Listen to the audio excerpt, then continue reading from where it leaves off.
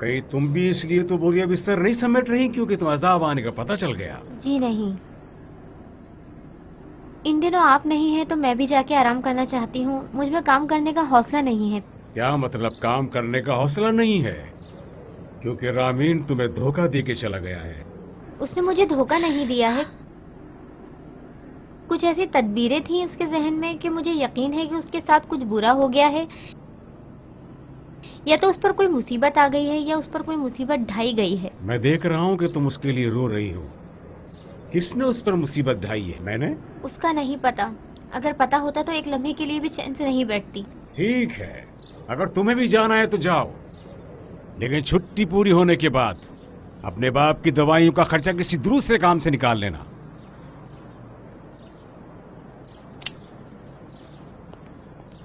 बाबा, आपके लिए फोन है। कौन है? पता नहीं, कोई आपका जानने वाला है। बहुत शुक्रिया।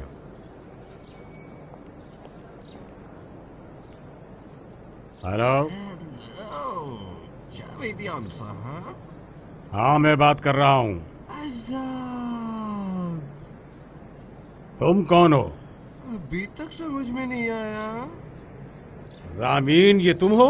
मैं हूँ अज़ाब।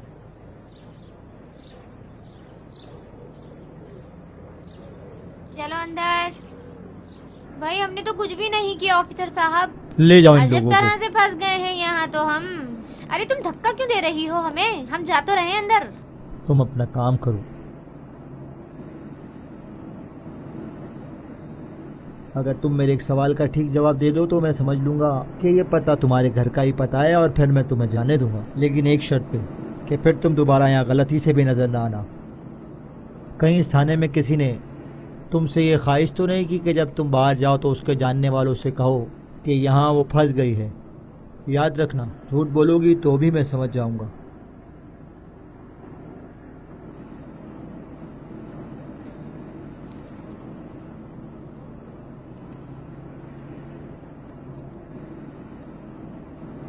क्या ये भी उसी ने लिखा है? क्या कहा उसने? उसने तुम्हें ये कह दिया हुआ कि वो तुम्हारे लिए मेरे सामने सिफारिश कर देगी क्योंकि तुमने उसे नमाज पढ़नी सिखाई है। ऑफिसर, मरकज का कंप्यूटर चल पड़ा है लेकिन उस पर दर्जशुदा मालूमात मिट चुकी हैं। ऑफिसर साहब, उस लड़की का क्या करूं जनाब? आज रात यहीं रहने दूं उसे? वो खुद यही कहती है कि रमज़ान ख़त्म होने से पहले कोई उसकी खोज में आ जाएगा। याद रखो, वो कैदी नहीं है। उससे कुछ चाहिए तो दे दो। खुदा हाफिज। नहीं, फोन नहीं उठा रहा। कौन? शाहीन भाई, दोपहर से उसे जितना भी फोन कर रहा हूँ फोन ही नहीं उठा रहा। एक बात बताओ, तुम क्यों से इतना याद कर रहे हो? इतनी जल्दी तुम उससे किया हुआ झगड़ा भूल बैठे? बाखुदा मैं तो ऐसे ही पूछ रहा था, बस मैं कंपनी में अकेला हूँ तो पूछ रहा था, मातहत ले आऊँ उसे। ये नहीं, इस काम की इजाजत नहीं दूंगा। अब ना तो मेरा कोई रामीन नाम का बेटा है और ना ही शाहीन, समझ गए? उठा लो इसकी पलेट भी। वो भी अपना सामान लेकर अपने भाई के पास चला गया है। अरे मतलब शाहीन भी चला गया? हाँ, मजाक कर रहे हैं आप? अब शाहीन किसके लिए गया? अब मतलब आप ये कहना चाहते हैं कि आपके इस बेटे ने भी आपको धोखा दे दिया है ना? डॉक्टर, मैं तो कुछ भी नहीं कह रहा। मेरा मकसद यह है कि इस लड़के को एक भी अच्छाई नसीब नहीं हुई है जनाब। मैंने पहले भी कहा था। अच्छा है इन 2-3 दिनों में आपके दोस्त और दुश्मन का पता चल जाए। देख रहा हूं, तुम बेफिक्र रहो। फरीदा, तुम मेरा खाना लेकर नहीं आओगी क्या? जनाब सलाद खाइए फिलहाल।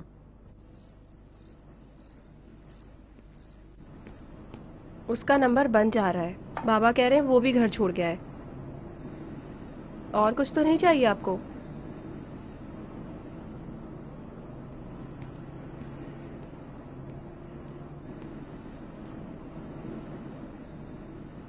बाखुदा, अम्मी मुझे खुद भी इससे ज़्यादा कुछ नहीं पता। मैं खुद इतनी परेशान हूँ।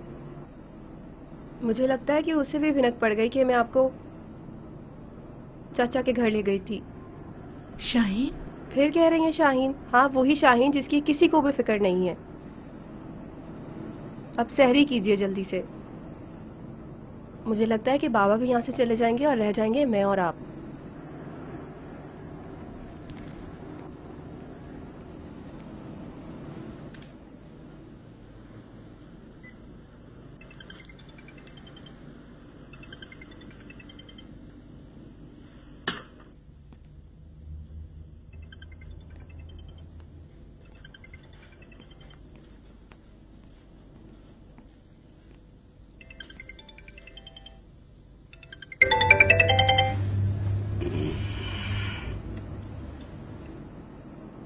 हेलो।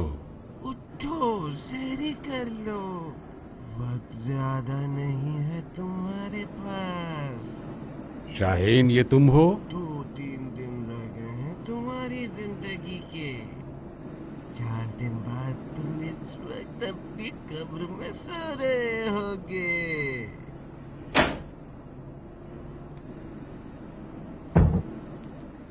बाबा क्या हो गया?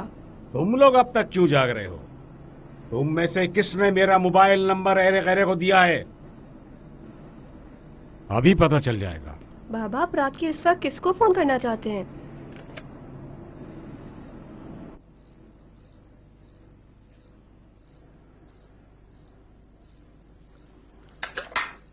अपने मुंह पर पानी मारो ताकि तुम्हें पता चल सके कि तुम क्या खा रहे हो। अब ये कौन है इस वक्त? बात उठाइए। मगर क्यों? बस यूं ही। सलाम अलैकुम, फरमाइए।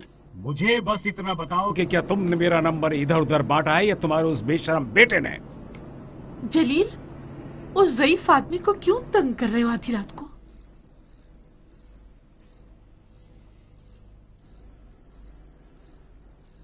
जी नहीं, मेरे पास आपका मोबाइल नंबर है ही नहीं कि मैं किसी को दे सकूं। हाजी कौन है इस वक्त? मेरा बेटा मेरे सामने बैठा हुआ है और उसने किसी को फोन नहीं किया। यकीन कोई और तुम्हें तंग करना चाह रहा होगा। बाबा क्या चचा हैं? मसलन कौन? मतलब तुम मुझे तंग करने के लिए या मेरी जायदाद पर कब्जा करने के लिए मेरा नंबर ऐरे गैरे को नहीं दे सकते, या मेरे बेटों को जज्बाती नहीं कर सकते कि वो मेरे नंबर को हर तंग करने वालों को दे दें और वो मुझे फोन करके बला और अजाब का नाम बताए। देख लो, कब्र में टांगे लटकी है तुम्हारी, मगर तुम्हारी वजह से शाहीन भी अपने भाई के पास चला गया। काश अपने भाई के पास गया होता। कौन अपने भाई के पास गया है बाबा जान? शाहीन?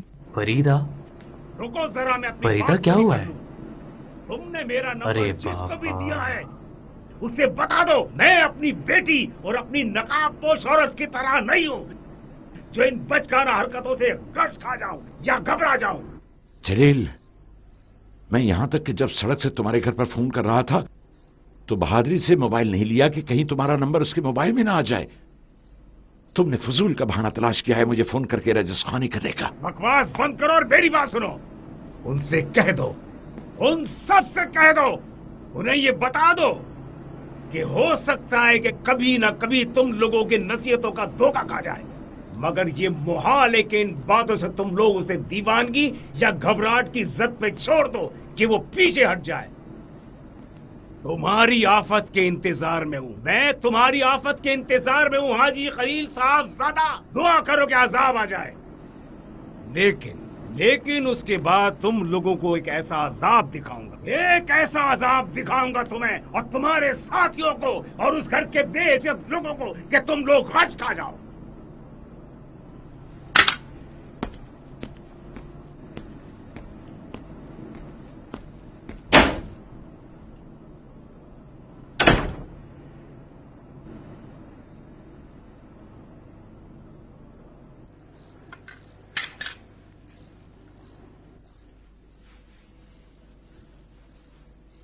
ये क्या बोल रहे हैं आप बाबा जान? क्या अब तक आप कुछ बताना नहीं चाहते? अगर उसने आपको कुछ बुरा भला कहा है तो उसी के अंदाज में बात करता हूं। क्या तुमने उसका मोबाइल नंबर किसी को उसे तंग करने के लिए तो नहीं दिया? मैं?